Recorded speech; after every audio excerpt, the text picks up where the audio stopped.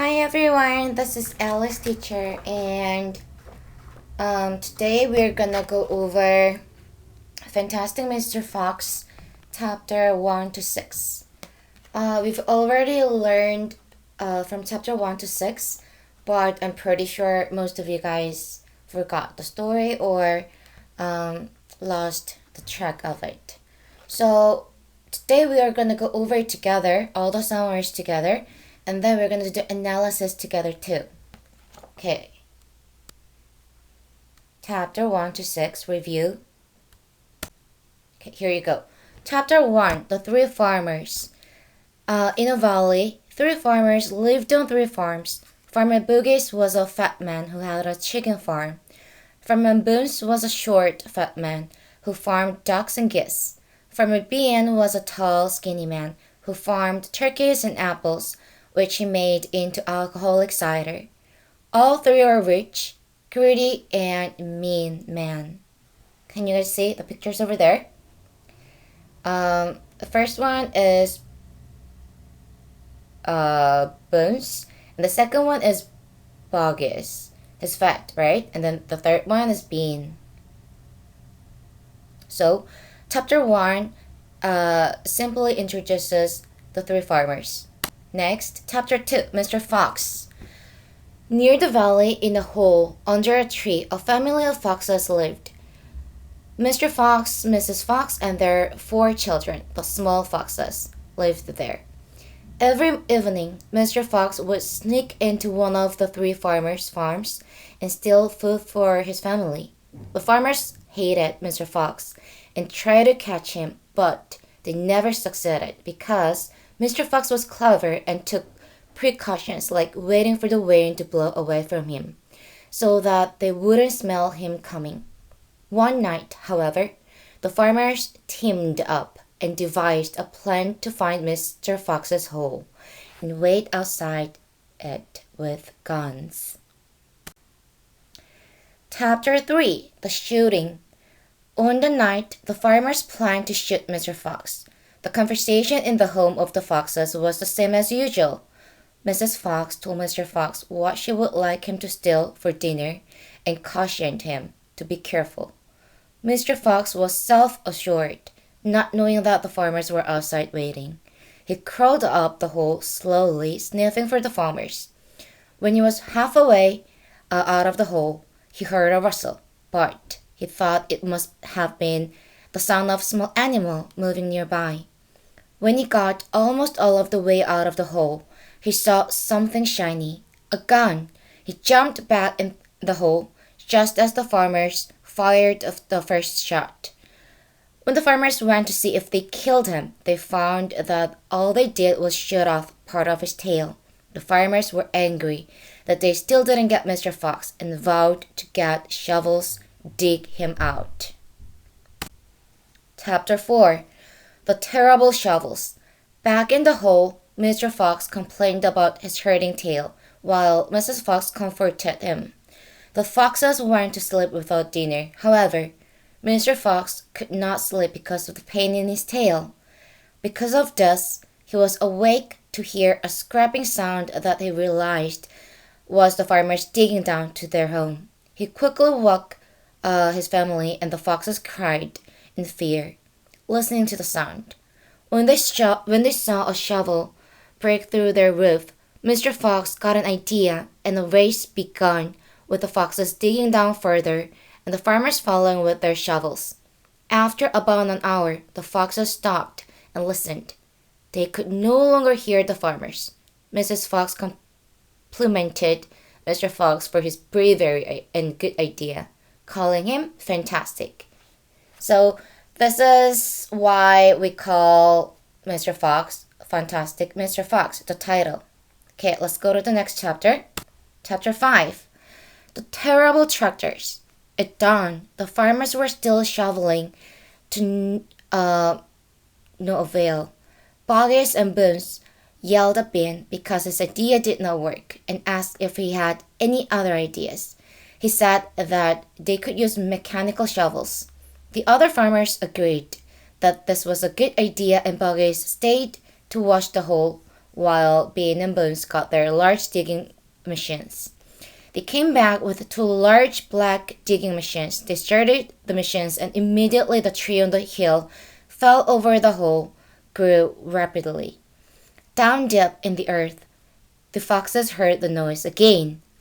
Mr. Fox quickly realized what the farmers were doing and urged his family to start digging again, even faster and harder than before. Last chapter, chapter 6, The Race. The machines dug, and so do the foxes. As the hole in the hill grew bigger and bigger, the foxes grew more and more tired and desperate, and the farmers more and more bloodthirsty. All day, the foxes and farmers dug, until the hole looked like the crater of a volcano, and drew villagers from nearby over to wonder at and mock the farmers. Mock here is like teasing. Okay, so this is pretty much the summaries from chapter 1 to 6. Please check your summary. It was homework.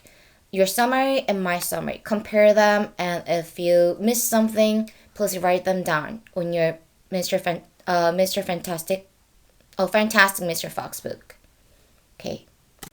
And this is analysis. Okay, first, in this first few chapters, the writer sets up the world of the story, introduces almost all of the main characters, and begins the conflict. Usually, the book introduces characters one by one, chapter by chapter, but here, only for one chapter, the writer introduces pretty much all the characters, three farmers, Mr. Fox, and his family. Okay, let's go to the second one. It is interesting that the writer introduces the farmers before Mr. Fox. Perhaps, maybe, so that the reader will already dislike the farmers before they find out that Mr. Fox steals from them, making his stealing more acceptable. Well, usually when someone is stealing something, we think that someone is the bad one, right? But here, somehow Mr. Fox is described as a good one, and three farmers are described as bad ones. 3. The writer turns the reader immediately against the farmers by giving them exaggerated physical traits tied to negative personality traits. What this means is that for the first chapter, the writer already described three farmers like one is fat, one is skinny, one is like ugly, one is really, really short, but at the same time, they are really, really mean. That's what the writer described, right? So, because the writer already explained the three farmers, the bad ones, that readers like us think that the farmers are the bad ones, villains, the evils, right? Okay, let's go to 4. Mrs. Fox is presents some comfort and more guidance to her husband and children. Mr. Fox is clearly the clever one who will lead the family to safety through his quick and creative ideas. So, Mr. Fox is the leader of his family, he's the clever one, but at the same time, Mrs. Fox, his wife, is comforting him, like, be careful, don't do that, or sometimes she cheers Mr. Fox, right? Okay, number 5. I think this is pretty much important message that the writer wants to deliver to us. Let's look at it. The writer also sends an environmental message through the way the farmers carelessly tear up the hill to catch Mr. Fox. So, three farmers, just to catch Mr. Fox, they destroyed all the hills, right? They're digging the hills. They're destroying the earth. So, what happened to the animals that lived nearby? Probably they will lose their home. Probably they will be killed, right? So those 5 points are pretty much important things about chapter 6 to chapter 1 to chapter 6.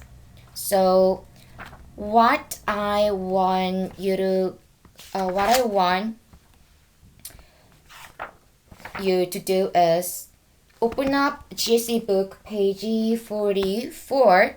I know it was your homework, and I know that all of you guys have done it before, but because since we've learned summaries and analysis again, we did a review today, right? So please go over the questions and answers again. If you think your answers that you already wrote down is wrong, or if you think you need to add more details to the questions or answers, please rewrite it. I'm gonna check it later. And then tomorrow we're gonna go over chapter 7 to 12. And then tomorrow, not only the comprehension, but we are going to do the discussion, page 56. So, would you be mad at Mr. Fox if you were Mr. Badger? Why or why not? This is the topic, and you guys have to come up with pros and cons. Pros is that you agree to the topic, cons is that you don't agree to the topic. So, I'm gonna upload the homework today, but I'm just telling you what you have to do today. Please write down the ideas about your pros and cons. Tomorrow we're gonna discuss about the topic together, and yes, this is pretty much everything that we've done and you have to do today. Okay, so I hope you guys are having a good time with your family, and I hope you guys are safe from coronavirus. Okay, I'll see you guys tomorrow. Bye.